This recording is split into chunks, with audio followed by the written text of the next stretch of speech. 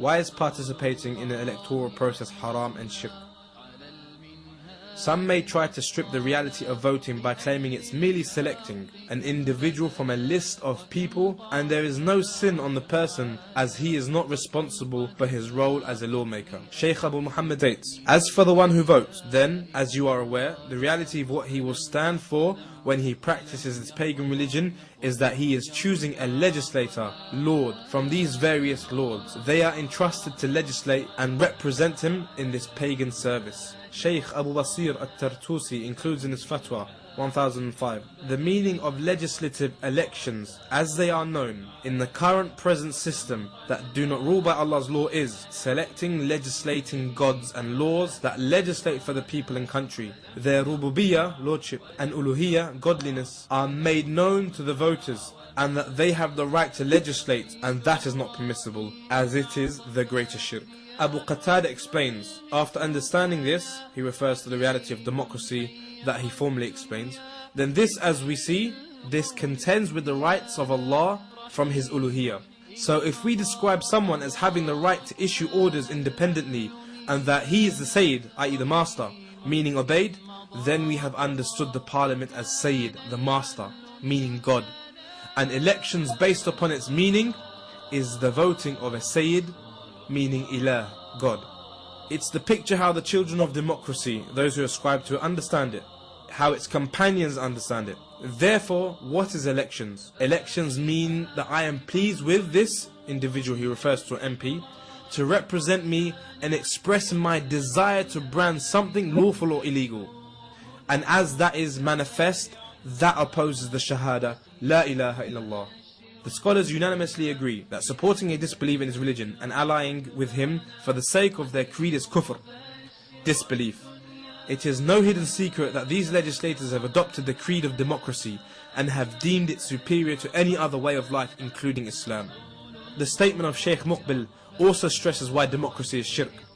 The nation rules itself by itself, which means kufr, and whoever calls to democracy and he knows its meaning, then he is a kafir. Supporting an MP or any legislator is giving him a free right to oppose Islam and destroy this religion. Allah the Most High states, they intend to put out the light of Allah with their mouths, but Allah will complete His light even though the disbelievers hate it.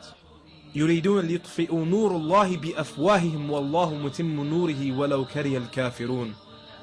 It's not long ago when many foolish naive Muslims participated in the elections of Blackburn, supporting Jack Straw for his apparent stance against the war in Iraq. And it was not long after that when he sought to place a ban on the niqab, the veil. Whether the ban was introduced or not, it illustrates their animosity for the religion and how they reserve the capability to remove and suppress any part of Islam they wish. And let's face it, we can see where this is going. It won't be long until this law eventually gets passed. That's because Allah states, most of them are fasiqun, and that's the essence of democracy. Shaykh Abu Mus'ab Abdul Wadud states, in all of this, voting and aiding upon their kufr and oppression is the prolonging of this disbelieving country. في كل هذا إطالة في عمر هذه الدولة الكافرة. The misconception of the companions who made dua for Najashi. Abu Qatada, when asked about this misconception, after highlighting the manifest shirk of voting, states, then why are they disputing? Meaning, where's the room for debate? From which gate do they dispute this issue? Are we now discussing the topic of permissibility of supporting a kafir, disbeliever? Are we not now speaking about the issue of fighting a kafir under the banner of a kafir? The issue in front of us is a person choosing his God and his Sayyid as his legislator. The issue to hand, as you can see, is the permissibility of supporting a disbeliever over another. In essence, a disbeliever is not aided in war. So if some of the people of knowledge see that helping a disbeliever over another to attain some type of benefit for the Muslims, then that's an issue that remains in the realms of fiqh. He then goes on to explain that supporting them, the disbelievers, over other Muslims nullifies Iman, as it enters primarily into wala of Allah and His Messenger and the believers. He then continues by saying, as Haythami mentions, the permissibility of helping a kafir over another, so this is a fiqh issue. So therefore the statement that dua is from the highest forms of support is false, batil. And the issue, as you can see, is a subsidiary far'iyyatun issue, an amali issue. in front of an issue of doctrine, i'tiqadiyya. This misconception has surfaced as a result of a lack of precision when relating the reality of electoral participation. Those who bring this as evidence in support of participating in the elections fail to recognize that voting entails more than just supporting a disbeliever over another. Again, we have an analogy made, PS, which is incorrect. The likening of the companion supporting Najashi over his rival to the likening of supporting one legislator, Taghut, over his rival. Far from merely supporting another enemy of Allah over another, voting entails that an individual empowers a person, allowing him to take authority in legislating, which is a nullifier of faith. The major error with this argument is that they have used the story of the companions when in Abyssinia, despite the clear, concise, explicit verses of the Quran that instruct the believers to abstain from false deities. For this overseen reality, the analogy is void and deemed false. The incident of Najashi and empowering a pseudo-god are very different. If only those who made this analogy would recognize this stark difference, they would have realized that the issue of supporting a polytheist or a non-believer against a common enemy has been discussed in the past by the scholars under what they refer to as fighting under the banner of the polytheists. This issue is a separate one in totality, and when the scholars discuss this issue, they are referring to a scenario where the Muslims are not committing the greater shirk.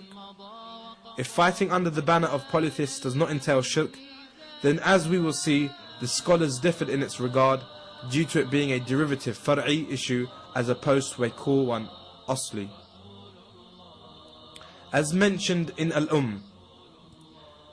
if support is sought from a group of Muslim captives from the polytheists and fighting is against another group of polytheists, then it is said they are permitted to fight, as it is said that Zubayr radiallahu anh and his companions fought in the land of Abyssinia with polytheists against polytheists. And what is forbidden when fighting them, the polytheists allied with polytheists, is the permitting of shirk. There is also some discussion regarding the authenticity of this narration, as Shafi'i state, and we are not sure of the news of Zubayr regarding its authenticity. This is due to the presence of Muhammad ibn Ishaq in the chain. It is also stated, and if it is authentic, then Najashi was a Muslim, a believer in the Messenger sallallahu alaihi wasallam. Despite some concern of the scholars regarding its authenticity, for argument's sake, we will agree to it being sound. Imam Ahmed notes various scenarios and discusses the permissibility of fighting along the polytheists against other polytheists. In one instance he deems it lawful, and in another he states, I do not know. Bahuti discusses in Kashf al-Qina' from the Hanbali school, it is not allowed to fight with the polytheists against an enemy of theirs except if the Muslims fear their evil. Also mentioned by Al-Jassas al-Hanafi, it is not permitted to fight with the people of shirk as the ruling of shirk is apparent, and this is the opinion of the Maliki. Thawri states they can fight with them. Awza'i mentions they are permitted to do so if they make it a condition that if they overpower them, then they take them back to the land of Islam.